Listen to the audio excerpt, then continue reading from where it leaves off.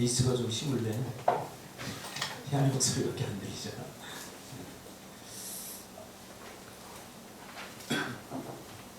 함께 나누실 하나님이 우리에게 축복으로 주신 말씀은 룻기서 1장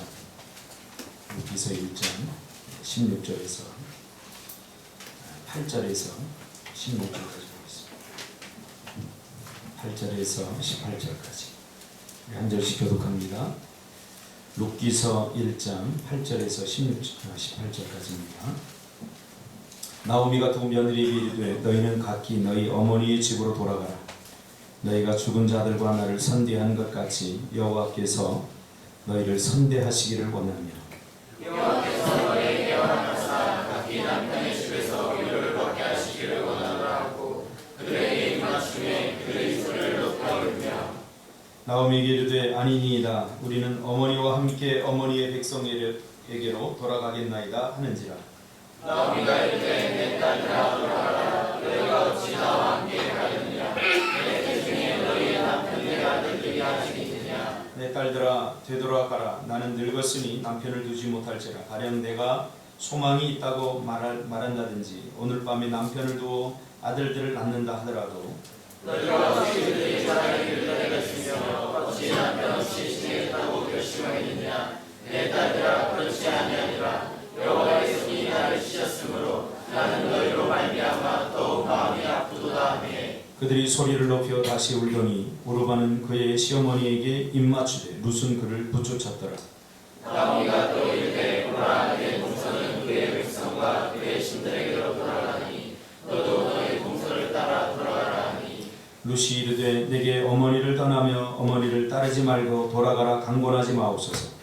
어머니께서 가시는 곳에 나도 가고 어머니께서 머무시는 곳에서 나도 머물겠나이다.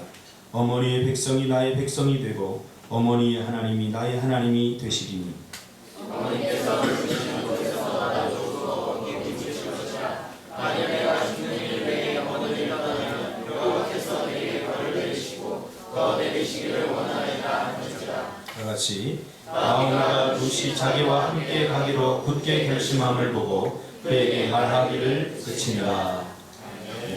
할렐루야. 우리 옆에 있는 분들과 인사할까요? 다 합니다.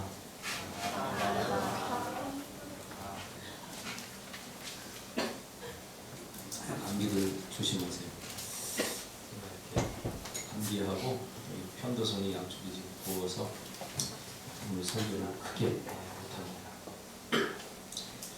오늘 찬송하고 설교하려고 목소리를 좀 많이 아꼈어요. 설교를 해야 되니까. 그래서 목소리가 좀 작더라도 귀 기울여서 들어주시기 바랍니다.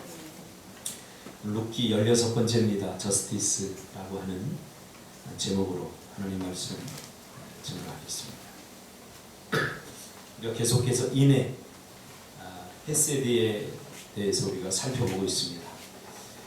인애는 한마디로 우리나라 정서에 맞게 번역을 하면 정이다 이렇게 이야기를 했습니다. 이 정이라고 하는 말이 굉장히 포괄적 의미로 쓰여지기 때문에 지금 분석해 나가고 있는 거죠. 이 헤세드라고 하는 말을 첫째로는 이 인애는 따뜻함이다 이렇게 얘기했습니다. 따뜻한 성도가 되어야 된다. 따뜻합니다.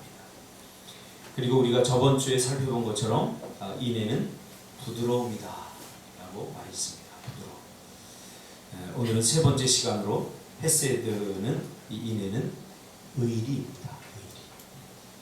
의라고 우리 저스티스 의라고 많이 번역을 할 수 있는데 성경에 가깝게 번역을 하자면 의리, 의로움에 대한 도리가 바로 이 인애입니다. 의리 그러면 굉장히 우리가 인간적인 세계, 또 특히 비주류 세계, 주목 세계에서 많이 사용하는 단어 아닙니까? 의리. 그래서 교회에서는 의리라고 하는 단어를 쓰면 굉장히 좀 천박하게 생각을 합니다.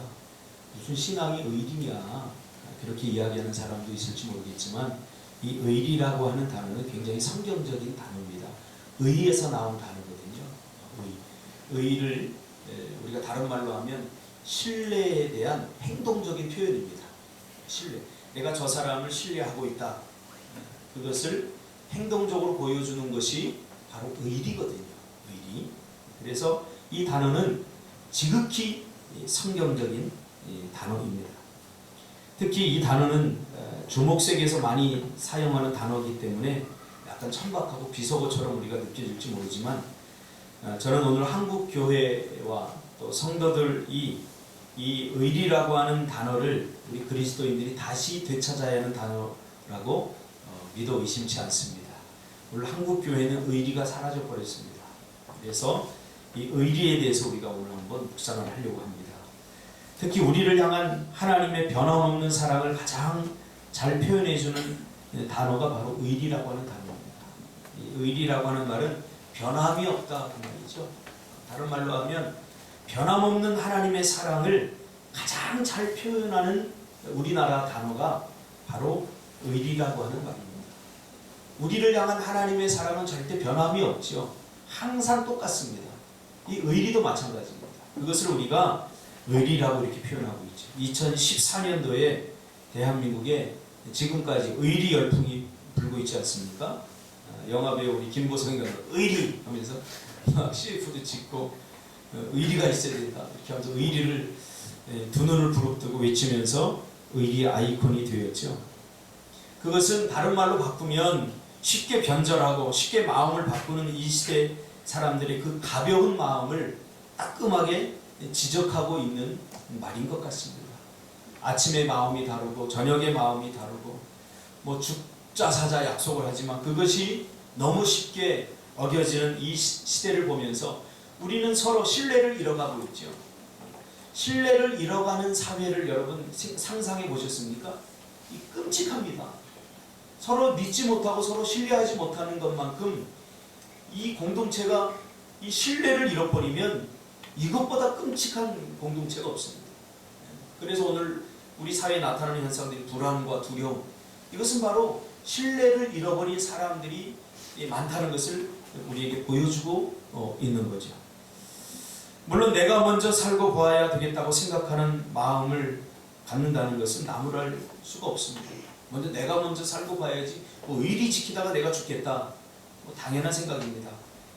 그러나 가만히 생각해 보면 내가 지금까지 이렇게 살아갈 수 있는 것은, 나의 삶을 지탱할 수 있는 것은 누군가의 의리 때문에 지속되고 있다는 것을 우리가 반드시 기억해야 됩니다.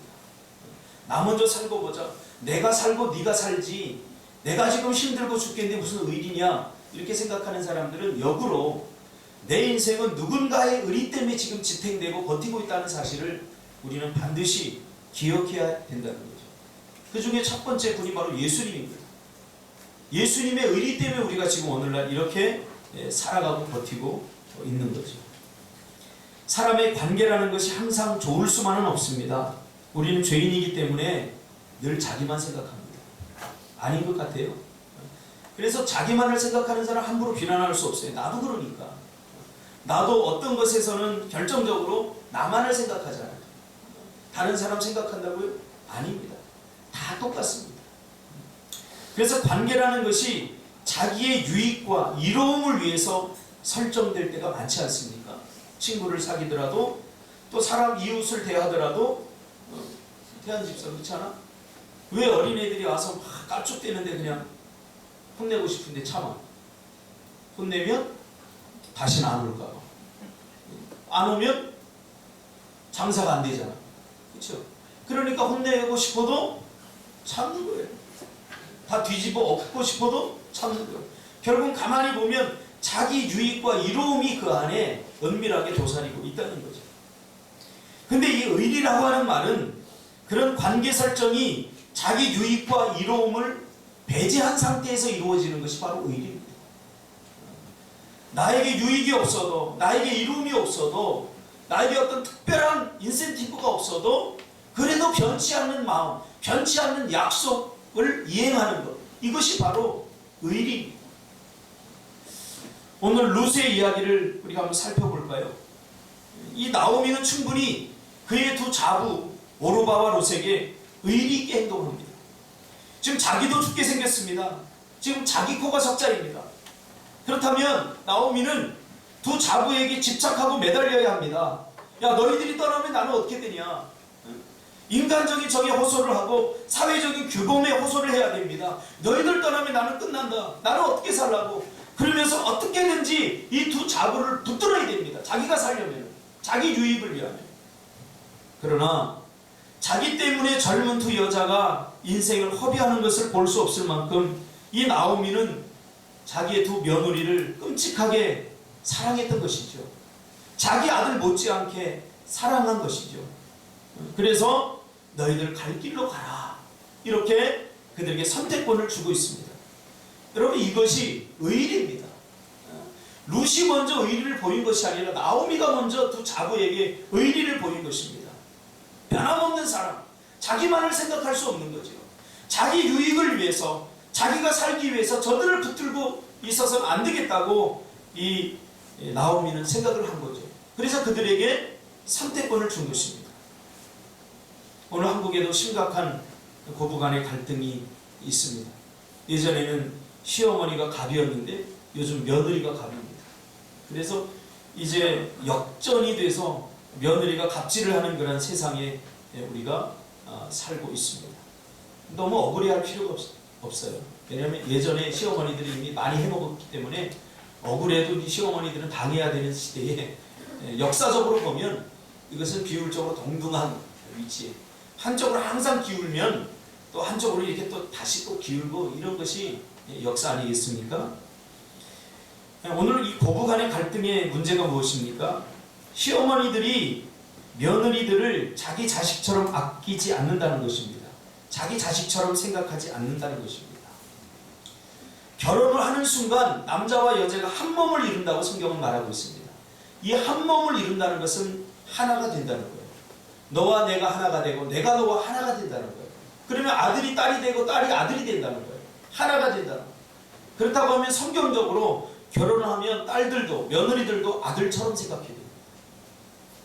그러나 이것이 불가능하죠 라고 생각하죠. 그래서 며느리는 며느리다, 남의 자식이다 라고 생각을 하니까 뭐가 돼요? 아들처럼 그렇게 대하지 못하게 되는 거죠. 아들처럼 대해야 돼요. 아들은 어때요? 조금 잘못해도 미워도 내 새끼 아닙니까? 미워도 내 새끼고 잘못해도 호적에서 파지 않아요. 그래도 내 새끼예요. 그런데 며느리는 잘못하면 정말 남의 새끼가 되어버리는 거죠. 이 둘이 하나가 되는 것입니다. 그러기에 며느리를 자식같이 대하는, 이것은 굉장히 성경적입니다. 오늘 나오미는 이 며느리 두 여인을 자기 자식같이 대했다는 거죠. 그래서 입장을 바꿔놓고 생각하면 지금 자기가 이렇게 곤고하고 곤란한 형편에 처해 있으면 자식에게 어떻게 대하겠습니까?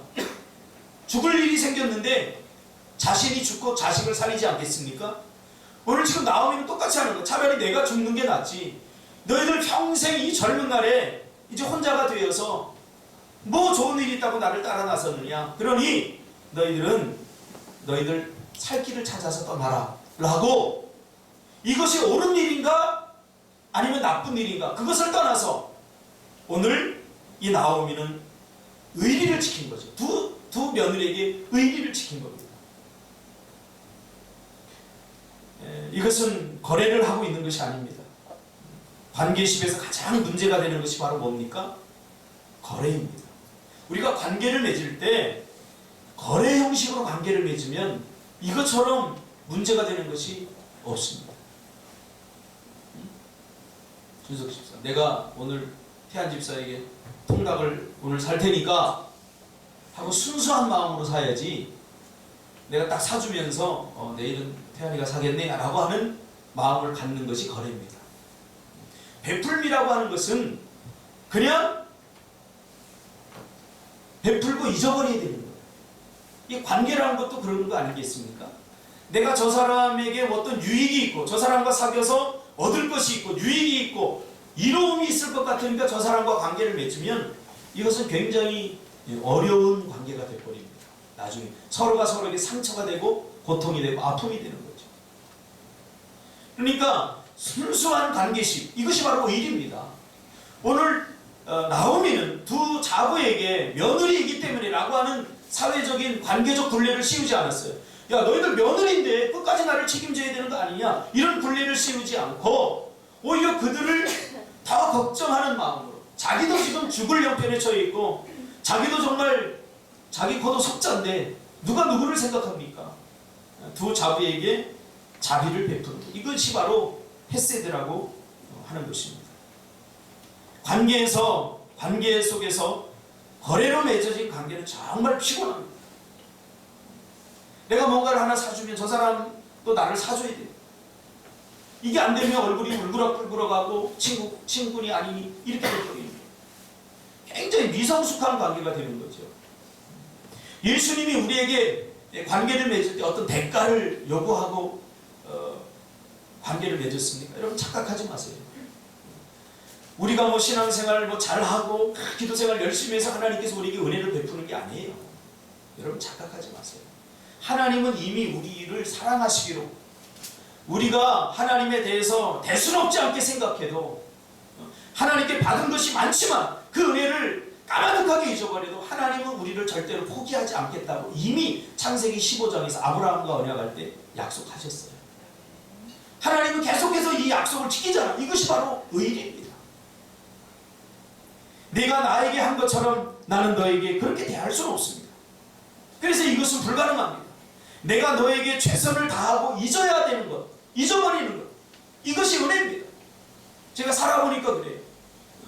많은 것들을 베풀었다 그것을 받으려고 하면 나만 상처가 됩니다. 나만 고통스러워요. 왜냐하면 사람은 자기 베푼 것만 생각하지 자기가 받은 것은 잘 생각 못해요. 자기가 누구에게 이렇게 베풀고 이렇게 베풀었지 베푼 것만 생각하고 자기가 얼마나 많은 것을 받았는지 절대로 기억 못하는 것이 우리 인간이에요. 저부터도 그래요. 저부터. 그래서 그 본전을 생각하면 상처가 되는 거예요. 오늘 나오미는 두 며느리를 대하면서 야 너희들 그럴 수 있어? 내가 너 자식들 살아있을 때 너희들에게 얼마나 잘해줬는데 근데 너희들이 나를 버리고 떠날 수 있어? 절대 그러면 이렇게 매달리지 않는다고요. 그때 준 사랑으로 다 잊어버렸어요. 여러분 부모들도 자식에게 이 의리를 지켜야 됩니다. 이 사랑을 하지 않으면 자식에게 상처투성입니다. 오늘 한국의 부모님들이 자식에게 집착하다가 다 카운터펀치를 맞는 이유가 바로 그겁니다. 모든 것을 다 쏟았다가 자식이 그걸 주지 않으니까 왜 너는 나한테 이게 안 주냐 그러면 상처받고 서로 싸우고 그럴 필요가 없어요. 하나님은 우리에게 그렇게 하지 않았다고요. 주로 상처받는 사람들은 내가 너에게 이렇게 했으니까 저 사람도 나 이렇게 해줬으면 좋겠다라고 하는 그런 생각을 가지고 그런 전제 조건을 가지고 관계심을 맺으니까 문제가 심각해지는 거예요. 이게 여러분 우리 인간 세상에서는 불가능한 일입니다. 그러기에 우리는 오늘 이 나오미가 가지고 있는 베푸는 헤세드 이 내용을 한번 깊이 묵상해 봐야 됩니다. 여러분 하나님과 우리 사이를 한번 보세요. 여러분 정상적인 관계가 이거 하나님과 우리 사이 정상적인 관계가 맺을 수 있다고 생각합니까? 저는 불가능하다고 생각합니다.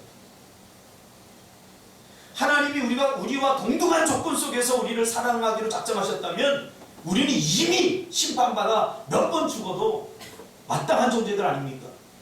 하나님 이거 한 번만 살려주세요. 그러면 정말로 하나님을 위해서 내가 정말 목숨 바치겠습니다. 그리고 3일이 못 가서 얼마나 변하지 않습니까? 그러기를 몇 번입니까? 지금까지 그렇게 살아오지 않았습니까 여러분? 그런데 그 하나님 앞에서 우리가 뭐 은혜를 따지겠습니까? 그럼에도 불구하고 하나님은 우리를 포기하지 않는다는 거예요. 이 사람 때문에 미치겠는 거예요. 내가 하나님 앞에 뭐 특별히 잘한 것도 없어. 죄만 졌어요 그냥. 일어나서 누울 때까지 미워하고 시기하고 질투하고 죄만 졌어요. 그럼에도 하나님은 나를 변함없이 사랑해 주셔요. 너 그렇기 때문에 내가 미워한다 그렇게 말하지 않으셔요. 여러분 이 위대한 사랑을 다 경험하시기를 바랍니다. 아멘. 그래서 나오미는 진심으로 떠나라고 하는 거죠. 그래서 뭐라고 합니까? 11절에 내 딸들아. 참 감동적인 말이죠. 나오미 자기 딸입니까? 아닙니다. 며느리입니다. 그런데 이 딸들아 이 말은 진심에서 나온 말이에요. 이 두 며느리의 미래가 정말 자기 자식처럼 걱정이 돼서 내 딸들아 라고 고백하고 있는 거예요. 그는 자기의 절망의 상태를 그대로 반영하고 있는 거죠. 인간적으로 보니까 너희들 나와 함께하는 것은 그것은 희망이 없어요. 더 이상. 두 아들이 있고 또 시아버지가 살았을 때는 그래도 괜찮은데 이제 다 죽었기 때문에 또 재산도 다 잃어버렸기 때문에 나와 함께 있는 것은 이제 희망이 없어. 전 전쟁 영화를 보면서 감동해요. 리더가 뭐냐? 리더는 자기가 죽어가는 그 순간에도 자기 팔로워들을 살리려고 너희들 빨리 가라. 그리고 혼자 남아서 막 독서는 요즘 제가 여성 호르몬이 많이 나오는 것 같아요. 순심이 언니. 여성 호르몬이 많이 나온 것 같아서 그런 걸 보면 막 감동이 되고 눈물이 막 나와요. 감정이입이 되면서. 나 살겠다고 야 빨리 공격해. 그리고 뒤에서 도망가는 리더를 보면 막 때리고 싶어요. 때려 죽이고 싶어요. 그런데 그런 리더를 보면 야 나도 이런 리더가 돼야 되는데 그러면서 내 자신의 초라함이 보이고 막 그러면서 막 감동이 돼서 이 눈물이 나와요. 오늘 지금 이 나오미는 바로 그렇게 말하는 거죠. 나는 죽어도 좋으니까 너희들은 살아야 되겠다. 제가 설교를 준비하면서 깜짝 놀란 것이 있습니다. 의리라고 하는 말을 우리나라 말로는 어떻게 번역했을까 하고 제가 여러 가지 한국에서 나온 여러 가지 다양한 버전들을 제가 이렇게 연구를 해보니까 우리나라 백과사전, 가장 믿을 수 있는 백과사전에 이렇게 의리를 정의하고 있더라고요. 곤경에 처한 이웃을 스스럼 없이 돕는 마음이나 어려움에 처한 친구를 돕는 것. 여러분 우리가 지금까지 살펴본 헤세드하고 똑같지 않습니까? 인애. 인애는 뭡니까? 나도 힘들지만 나도 고통스럽지만 나보다 더 고통을 당한 사람에게 도움을 주고 그 곤경에 처한 어려움에 처한 그 사람에게 스스럼 없이 자기 마음을 털어놓는 것. 이것이 인애 아니겠습니까? 헤세드와 너무나 일치하지 않습니다. 지금 조투스가 지금 알아들으려고 토끼가 길을 짜고 돌리지 이렇게 하고 지금 얼마나 이쁜지 몰라요. 알아들어? Do you understand? No? 너희들? 그래도 막 이거 들으려고 막 꾸벅꾸벅 저는 대한민국 100번 했어. 요즘 졸진 않았대요. 할렐루야?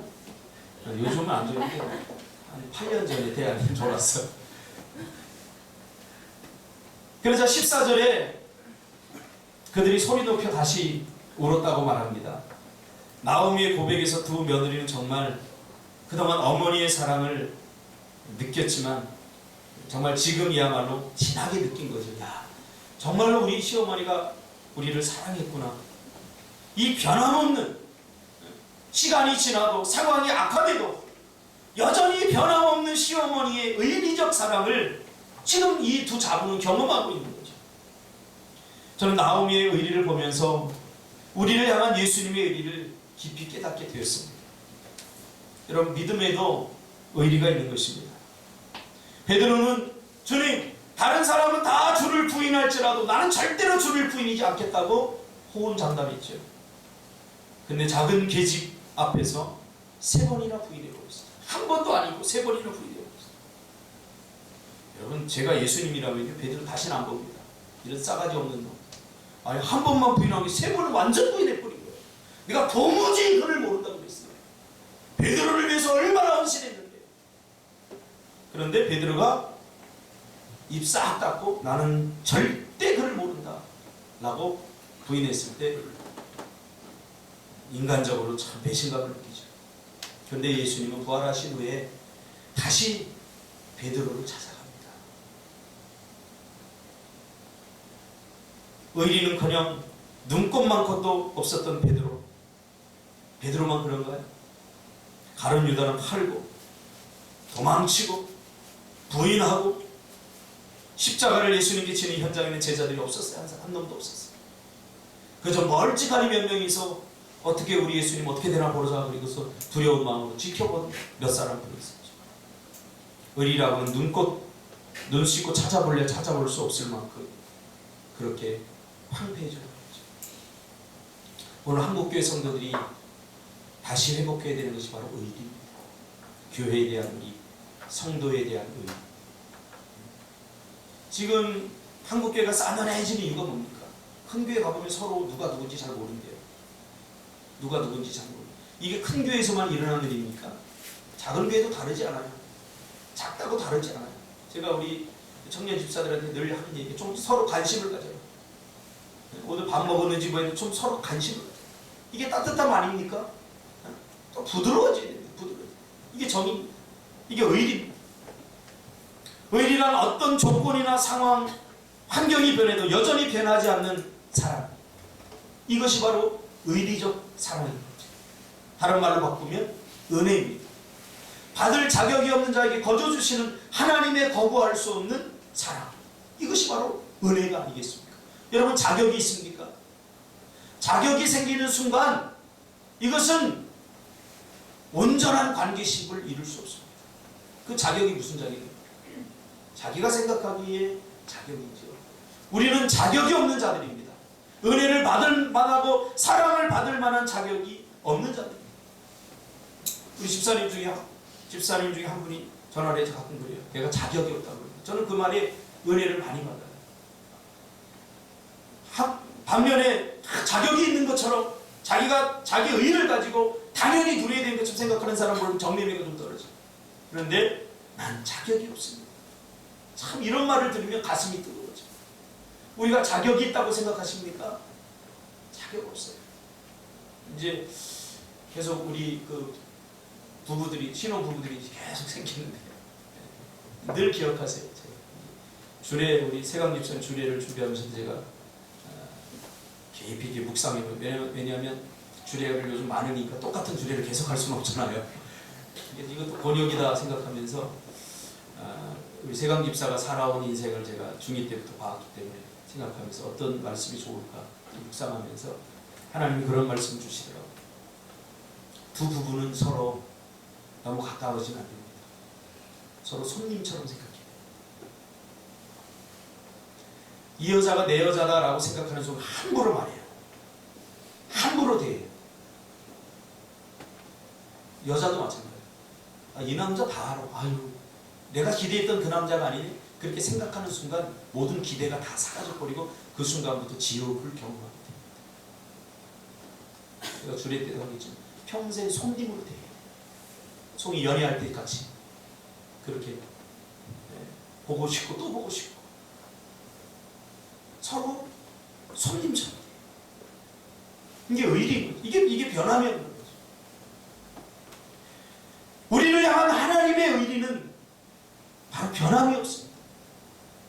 로마서 8장 38절과 39절에 내가 확신하노니 사망이나 생명이나 천사들이나 권세자들이나 현재일이나 장래일이나 능력이나 높음이나 깊음이나 다른 어떤 피조물이라도 우리를 우리 주 예수 그리스도 안에 있는 하나님의 사랑에서 끊을 수 없느니라. 할렐루야. 끊을 수 없다는 거예요. 하나님 우리를 절대 포기하지 않는다는 거예요. 근데 우리는 너무 자주 하나님이 우리를 포기한 것 같은 상황을 직면하면서 하나님에 대해 불평하고 원망하지 않습니까? 왜 그래요? 하나님의 사랑을 신뢰하지 못하기 때문에. 그러니까 내 문제예요. 내가 하나님을 생각하듯이 그렇게 생각하니까, 내 수준에서 하나님을 생각하니까 이거 변할 수도 있겠구나. 하나님이 나를 버릴 수도 있고, 항상 이렇게 생각하는 거예요. 여러분, 성경은 분명하게 1.1핵이라도 변함이 없다고 말씀하신 성경은 분명하게 어떤 일이 있어도, 그래서 사도 바울이 내가 확신하노니 사망이나 생명이나 천사들이나 권세자들이나 현재일이나 장래일이나 능력이나 높음이나 깊음이나 다른 어떤 피조물이라도 우리를 우리 주 예수 그리스도 안에 있는 하나님의 사랑에서 끊을 수 없다고 말하잖아요. 끊겨지지 않는다니까요. 죽을 것 같아도 죽을 일이 일어나지 않는다고요. 안 될 것 같아도 안 될 일이 일어나지 않는다고요. 자꾸 우리의 수준에서 하나님을 평가하지 마세요. 에베소서 6장 24절에 보면 우리 주 예수 그리스도를 변함없이 사랑하는 모든 자에게 은혜가 있을지어다. 이 말을 바꿔 말하면 뭔지 아세요? 하나님의 은혜는 계속 내린다는 거예요. 제가 몇 주 전에도 설교했죠. 끊어지지 않는 하나님의 은혜. 하나님의 은혜가 끊겨서 우리 인생에 문제가 오는 경우는 한 번도 없어요.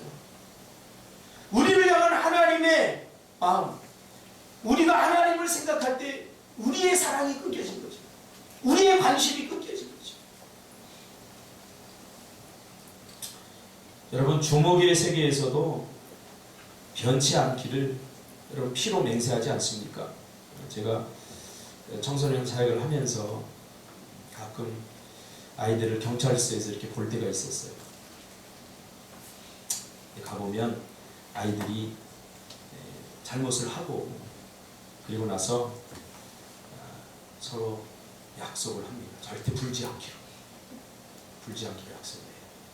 그리고 지네들끼리 막 혈서도 막 쓰고 이렇게. 근데요, 불리하면 다 불어요. 야, 제가 불었어. 이렇게 너도 불어 부르면 다 불어요. 이게 피로서 맹세한 거예요. 이게. 사람은 죄인이라는 사실을 몰라요.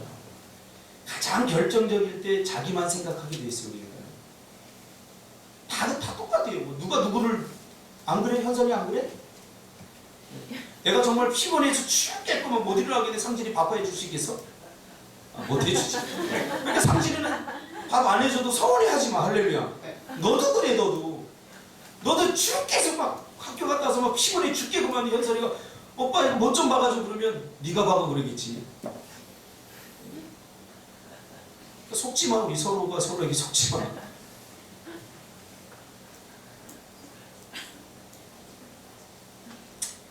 서로 우리는 어떤 담보를 제공하는 거죠. 대가를 서로 바라는 거죠. 성경적 의리는 담보가 없습니다.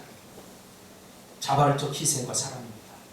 오늘 나오미가 차라리 내가 죽어서라도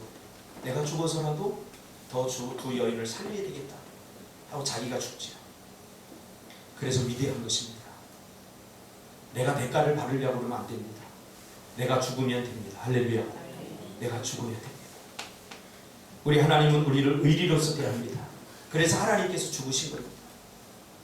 죽지 않으면 우리 인간을 살릴 수 없거든요. 우리가 얼마나 사악합니까? 난 아니라고요? 다 똑같습니다.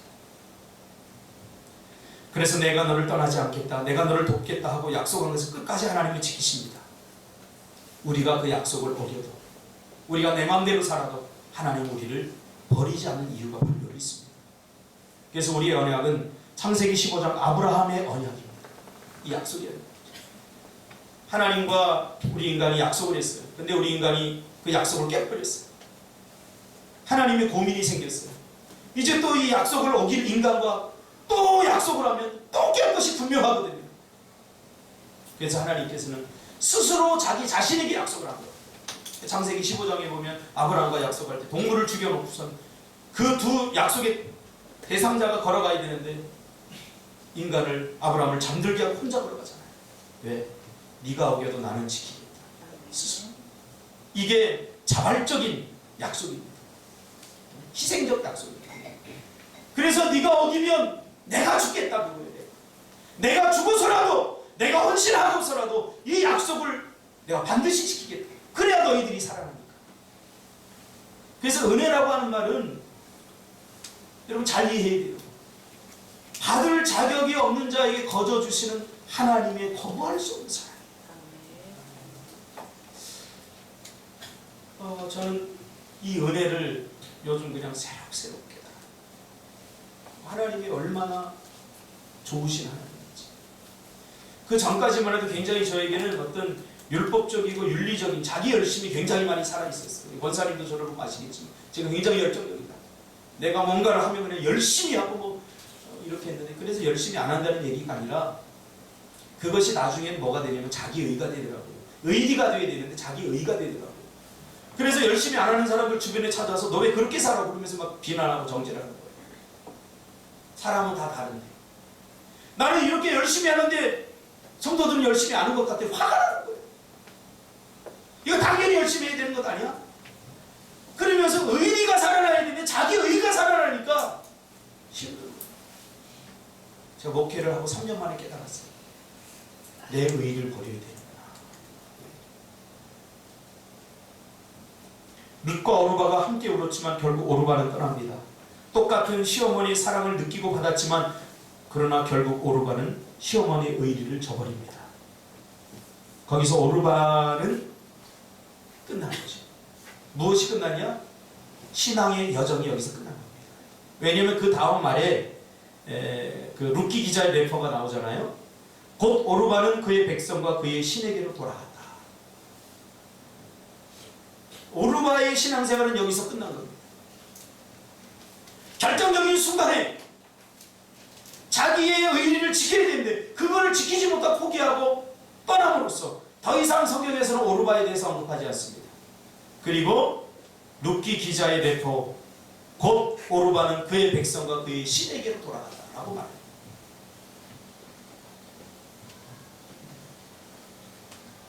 그러니까 여러분, 우리 교회가 최선입니다. 다른 교회 가면 더 잘할 것 같은데 안 돼요. 여기서 못하면 다른 데서도 못합니다. 여기가 최선입니다. 항상 그러잖아요. 다른 교회 또 가보세요. 그럼 또 그런 일이 또 발생해요. 여기서 못하면 다른 데서도 못합니다. 여기서 정말 우리 교회를 떠나고 싶은데 여기서 한번 최선을 다해보세요. 그럼 제가 말없이 눈물을 흘리면서 보내드릴게요. 오르바는 최소한 모압의 신들을 섬기게 될 상황을 받아들일 수밖에 없는 거죠.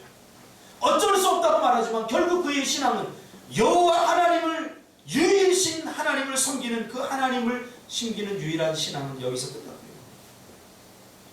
그리고 나오미가 룻에게 말하죠. 너도 그리하라. 이 말은 너도 그렇게 해라. 이렇게 권면하는 소리처럼 들립니다. 그러나 룻을 보세요. 참 의리 있지 않습니까? 어머니가 가시는 곳에 나도 가고, 어머니의 머무는 곳에 나도 머물고, 어머니의 백성이 나의 백성이고, 어머니의 하나님은 나의 하나님이고, 어머니가 죽으시는 곳에 나도 죽고, 죽는 일 외에 어머니를 떠나시면 하나님께서 내게 벌 내리시기를 원하노라. 참 멋진 말입니다. 무슨 말입니까? 나는 지금까지 성경에서 그렇게 배우지 않았다는 것이죠. 내가 아무리 힘들고 어려워도 신앙을 포기하고 버려서는 안 되고, 또 이렇게 어려움에 직면한 이웃을 모른 척해서는 안 된다는 것을 배우죠. 여러분, 이웃의 그 첫 번째 해당하는 사람은 우리 가족들입니다. 가족도 이웃이에요. 가족이 어려움을 당하고 있는데 못 본 채 하면 안 되죠. 그래서 그 신앙의 도리를 저버릴 수 없다는 거죠. 신앙은 여러분 관계적인 것입니다. 그래서 성경에서도 대접받고 싶은 대로 대접하는, 이게 다 관계에 포함된 겁니다. 조금 힘들다고 포기하고 내려놓으려고 하고 하지 않으려고 하는 것은 신앙도 믿음도 아니라는 거죠. 하나님이 우리를 그렇게 돼 있나요? 십자가 지는 것이 고통스러워서 내가 야 다음에 지겠다 그랬나요? 내가 좀 마음에 좀 아직 각오가 안 됐다 그랬나요? 아닙니다. 우리 가정들이 지금 다 그렇게 해서 지금 존재하는 것 아닙니까? 가정들이 아버지의 이 의리, 어머니의 의리, 이것 때문에 가정이 오늘 지켜내고, 우리 신혼부부들이 많으니까 지금 마냥 좋아서 결혼하면 천국 같고 파라다이스 같은 삶이 펼쳐질 거라고 생각하지만 살아보지도 않은데 초치는 것 같아요. 죄송합니다만. 모세야 어떻게 굉장히 좋지? 조금만 더 기다려봐. 니네 아버지가 이 대단한 사람처럼 보일 거야. 니네 어머니가 이게 대단한 사람처럼 보일 거야. 제가 그랬어요. 제가 결혼하고 3년 지나고 나니까 아버지가 보고 싶더라고요. 아버지가 그립더라고요. 내가 5살 때 아버지를 마지막 봤거든요. 그러면서 아버지가 돌아가셨을 때, 야, 이 막내인 나를 제일 많이 생각하고 돌아가실, 그 생각을 하니까 제가 아버지를 좀 미워했거든요. 왜 술 쳐드셔가지고 그렇게 경화 걸려서 그렇게 일찍 돌아가셔서 우리 가족을 힘들게 하냐. 저 아버지에 대해서 굉장히 안 좋은 감정을 가지고 있었어요. 그래서 제가 심리학을 전공할 때도 그 세라피를 할 때 제가 참가해가지고 아버지에 대해서 내가 원망을 막 이 안에 엄청나게 많더라고요. 아버지에 대한 원망. 그런데 제가 말씀을 통해서 힐링을 받았어요. 아버지가 뭐 돌아가시고 싶어서 돌아가셨구나. 그러면서 그 심리학을 제가 전공하면서 저희 누님들한테 내가 없는 기억들을 끄집어 오면서 아버지가 어땠나 이렇게 물어보니까 정말 아버지가 저를 많이 사랑하셨다. 한 번은 사탕을 이렇게 왕사탕 옛날에 5원짜리 그 사와가지고 이렇게 입에 넣어주는데 제가 깨물어 먹었나 봐요. 왜? 더 많이 먹으려고. 빨아먹으면 한참 걸리잖아요. 깨물어 보니까 아버지가 되게 혼냈어요. 아빠가 계신데. 근데 그것도 서운했거든요. 근데 그 사랑도 막 이렇게 느껴지.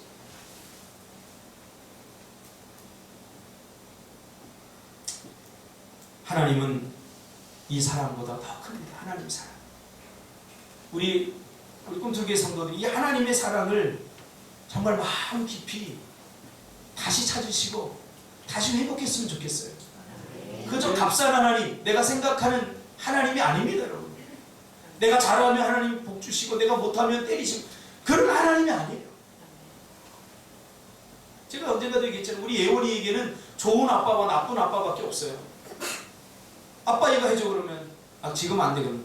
아빠 미워, 아빠 싫어, 아빠 나빠. 해주면 아빠 좋아, 아빠 너무 좋아, 사랑해. 여러분도 좋은 하나님과 나쁜 하나님밖에 없는 것 아닙니까?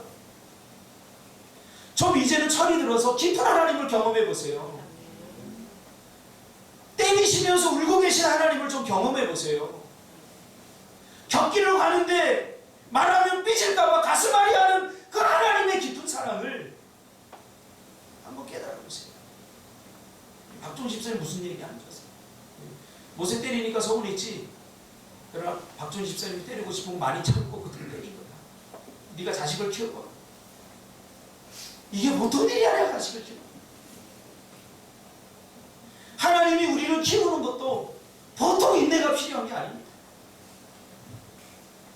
자꾸 우리는 거래하려고 하죠. 저는 친구가 많지 않습니다. 저는 친구를 굉장히 좋아하는 스타일입니다. 제 친구들 제가 거의 다 술을 가르쳐줬어요. 초등학교 5학년 때부터 제가 술을 드시기 시작해요. 우리 장집사, 안수집사님, 장한규 집사님 제가 술을 가르쳐줬어요. 얼마나 착하게 살았던 인생인데 제가 술집 가서 맥주 2박스 훔쳐다가 장집사님하고 드시기 시작하면 나는 끊었는데 저 집사님 아직도 드시고 계셔서 내가 미안하지만 지금도 그래요. 전화하면 목사님 나 책임져야 되잖아. 책임져야 되잖아. 제가 친구가 많지 않은 이유가 있습니다. 어릴 적에 저희 어머니로부터 친구들 다 필요 없다. 좋을 때만 친구다. 왜냐하면 저희 아버지가 친구들이 굉장히 좋아하고 그랬어요. 근데 돌아가시고 나니까 정말 장례식장에 안 온 사람들이 많더라고요. 그냥 싹 돌아서더라고요. 그러니까 우리 아버지가 조금 어떤 좀 뭐가 있었어요. 사람들에게 뭘 이렇게 베풀 수 있는 뭐 자리도 좀 주고 그럴 수 있는 자리에 있었어요. 그것 때문에 맺은 거죠, 친구. 그래서 저는 철이 들면서 그 중국의 노신이라고 하는 학자가 한 말, 100% 공감합니다. 친구는 2명이면 많고 3명이면 불가능하고 1명이면 족하다. 1명도 많은 것 같아요. 그래서 저는 좋으나 싫으나 눈이 오나 비가 오나 털보 이 한 사람 만족하고 삽니다. 정말 저를 아껴주고 저를 사랑해주고 저도 못지않게 그렇게 합니다. 그 한 사람의 사랑을 받는 것만으로도 족합니다.